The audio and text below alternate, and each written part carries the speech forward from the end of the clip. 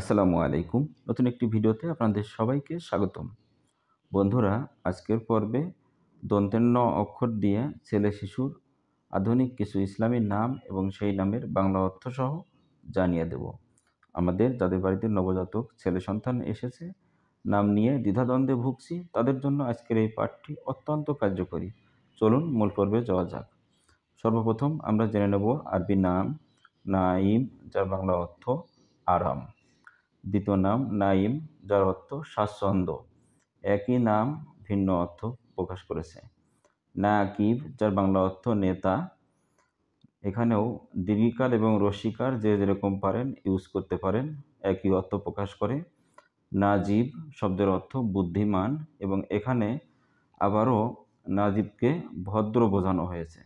পাশাপাশি অর্থ একই নাম, আমরা চাইলে নামগুলো রাখবো। নাদিম শব্দের অর্থ সঙ্গী। নাদিম বন্ধু, এখানে সহচর বা সঙ্গী, একই অর্থ। এরপর জেনে নেব নাফি, যার বাংলা অর্থ উপকারী। নাফিস, যার বাংলা অর্থ উত্তম।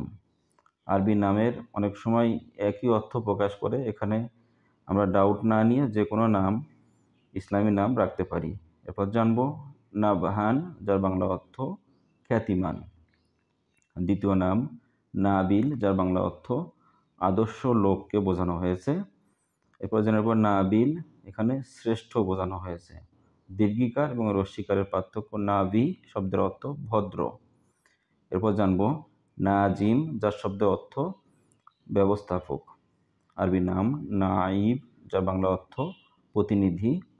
নাসির শব্দের অর্থ সাহায্য, এবং আবারও নাসির এখানে বোঝানো হয়েছে যার অর্থ সাহায্যকারী। একই অর্থ আমরা চাইলে রাখতে পারি। এরপর জানবো নাসিম, যার শব্দের অর্থ বিশুদ্ধ বাতাসকে বোঝানো হয়েছে। নাসি শব্দের অর্থ উপদেশ দাতা। এরপর জানবো আরবি নাম নাসের, যার অর্থ সাহায্যকারী। নিয়াজ আরবি নাম, যার বাংলা অর্থ প্রার্থনা করাকে বোঝানো হয়ে থাকে। এরপর জানবো নিয়াজ শব্দের অর্থ প্রার্থনা। ওখানে বর্গের জ, এখানে অন্তের জকে বোঝানো হয়েছে, একই অর্থ। এরপর জেনে নেব আরবি নাম নিরাশ, যার নামের অর্থ প্রদীপকে বোঝানো হয়েছে। নিরাশ শব্দের অর্থ প্রদীপ। এরপর জেনে নেব আরবি নাম নিহান, যার অর্থ সুন্দর। এরপর জেনে নেব আরবি নাম নিহাল, যার বাংলা অর্থ চারা গাছ। আবার নিহাল শব্দের অর্থ সফলতাকেও বোঝানো হয়ে থাকে। এরপর জেনে নেব আরবি নাম নুমান, যার বাংলা অর্থ আল্লাহর রহমতকে বোঝানো হয়ে থাকে। এরপর জানবো আরবি নাম নূর, যার বাংলা অর্থ আলো। নূর শব্দের অর্থ আলো, এবং নেসার, যার বাংলা অর্থ উৎসর্গকে বোঝানো হয়েছে। বন্ধুরা, এই ছিল আজকের পর্বে।